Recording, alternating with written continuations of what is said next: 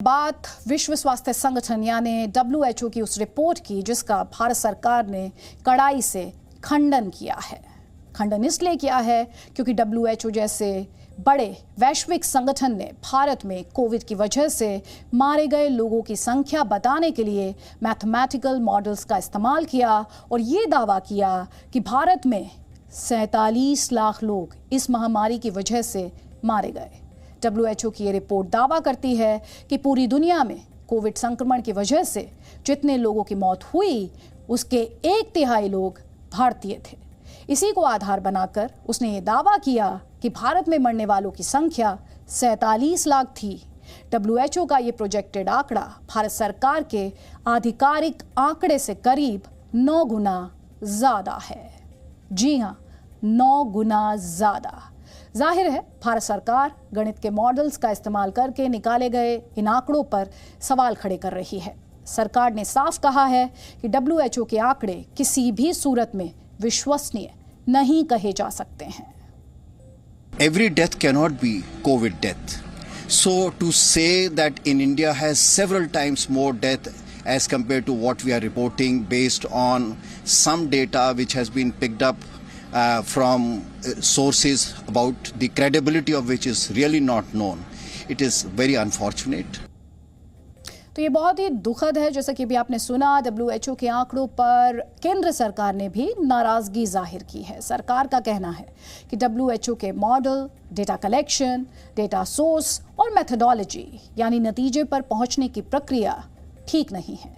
सरकार ने कहा कि WHO ने 17 राज्यों के आधार पर डेटा जारी किया है, लेकिन ये बताया नहीं कि उसने सिर्फ 17 राज्यों का चुनाव किस आधार पर किया। सरकार का ये भी कहना है कि उसने लगातार WHO से पूछा, तब जाकर 4 महीने बाद इन राज्यों के नाम बताए गए। केंद्र सरकार का कहना है कि WHO ने कब तक या किस वक्त तक का डेटा यानी आंकड़ा लिया, इसकी जानकारी भी नहीं दी गई। पिछले साल नवंबर से केंद्रीय स्वास्थ्य सचिव राजेश भूषण ने WHO को इस संबंध में 10 चिट्ठियां लिखी, पर WHO ने किसी का भी जवाब नहीं दिया। WHO के DG डॉक्टर टेड्रोस एडनॉम के मुताबिक भारत दौरे पर इस तरह के डेटा को लेकर सवाल उठाया गया, पर उन्होंने सीधा जवाब देने की बजाय ये कहकर पल्ला झाड़ लिया कि हमारी टेक्निकल टीम इसे देख रही है। केंद्र सरकार ने यह भी बताया कि WHO ने कोरोना से हुई मौत के आंकड़े राज्यों की वेबसाइट्स, अखबारों में RTI के हवाले से छपी खबरों और टेलीफोनिक सर्वे के जरिए लिया। आधिकारिक डेटा क्यों नहीं लिया गया, ये अपने आप में एक बड़ा सवाल है। WHO ने जिन राज्यों के आधार पर मौत के आंकड़े को 47 लाख तक पहुंचा दिया वो हैं महाराष्ट्र, केरल, राजस्थान, दिल्ली, हरियाणा, हिमाचल प्रदेश, पंजाब, तमिलनाडु, पश्चिम बंगाल, छत्तीसगढ़, आसाम, आंध्र प्रदेश, बिहार, कर्नाटक, मध्य प्रदेश, उत्तर प्रदेश और चंडीगढ़। WHO ने ये दलील दी कि इन राज्यों में भारत की 60% आबादी बसती है।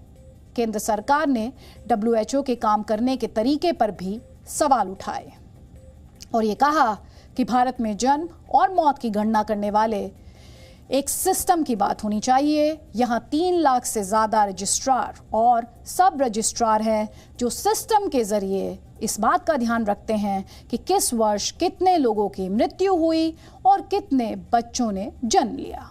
केंद्र ने कहा कि जन्म और मृत्यु के इस डेटा मैनेजमेंट सिस्टम के बावजूद भारत को WHO ने Tier 2 में क्यों रखा, जबकि छोटे छोटे देश जिनके पास डेटा जुटाने की साइंटिफिक तरीके, वैज्ञानिक तरीके तक नहीं हैं, उन्हें Tier 1 में रखा गया है।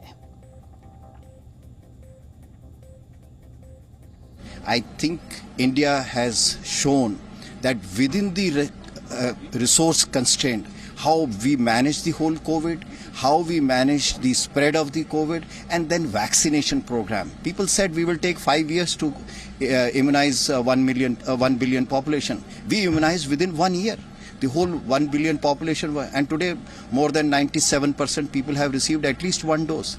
This is no mean achievement. WHO ने पूरी दुनिया में कोविड संक्रमण और उसके असर से मरने वालों की संख्या भी 1,50,00,000 बताई है, जो 62 लाख के आधिकारिक आंकड़े से कहीं ज्यादा है। साथ ही ये भी कहा है कि ज्यादातर मौत दक्षिण पूर्व एशिया, यूरोप और अमेरिका में हुई हैं। तो अपने आप में जिस तरह के सवाल WHO के इस दावे से खड़े होते हैं, उन्हीं पर भारत सरकार द्वारा कई सवाल खड़े किए गए हैं। वैसे आपको ये भी समझना होगा कि ये वही WHO है जो कोविड के दौरान कई बार खुद विवादों में घिर चुका है, जिस पर चाइना के दबाव में काम करने के आरोप तक लग चुके हैं। जून 2020 में WHO ने पहली बार दुनिया के सामने माना कि कोविड में असिम्प्टोमेटिक लोग भी ये संक्रमण फैला सकते हैं, वरना इससे पहले तक ये बात कभी मानी ही नहीं गई थी। WHO ने कोविड को हवा से फैलने वाला संक्रमण मानने में भी देरी लगाई थी। शुरुआत में कहा कि बहुत कम मामलों में ऐसा होता है, बाद में ये धारणा पूरी तरह गलत साबित हुई। WHO ने शुरू से कोविड के लिए चीन के वुहान लैब से कोविड के फैलने की थ्योरी को रिजेक्ट कर दिया था। बाद में पूरी दुनिया जब इस महामारी की चपेट में आ गई और तमाम वैज्ञानिकों ने चीन के लैब पर सवाल उठाए, तब जाकर WHO ने यह माना कि उसका आकलन यानी उसका असेसमेंट ठीक नहीं था। कोविड की बूस्टर डोज को WHO के DG ने खुद स्कैम करार दिया था, यानी घपला बताया था। बाद में उन्होंने स्वीकारा कि ये कोविड से बचाने में कारगर साबित हो सकती है। WHO की टीम चाइना में कोरोना की स्टडी के लिए गई थी। बाद में उस टीम के वैज्ञानिकों ने खुद ये दावा किया कि उन पर चीन की तरफ से दबाव डाला गया था कि वो लैब से कोरोना के फैलने की थ्योरी को जोर ना दें। तत्कालीन अमेरिकी राष्ट्रपति डोनाल्ड ट्रंप ने इसी आरोप के साथ WHO की फंडिंग रोक दी थी कि वो चाइना के इशारे पर कोरोना की जांच को प्रभावित करने की कोशिश कर रहा है। और याद कीजिए, तब भी WHO की साख पर बड़े सवाल उठे थे। तो WHO खुद कटघरे में रहा है जहां तक कोविड मैनेजमेंट का सवाल है। Presenting B News app available on Google Play and App Store. Download it now.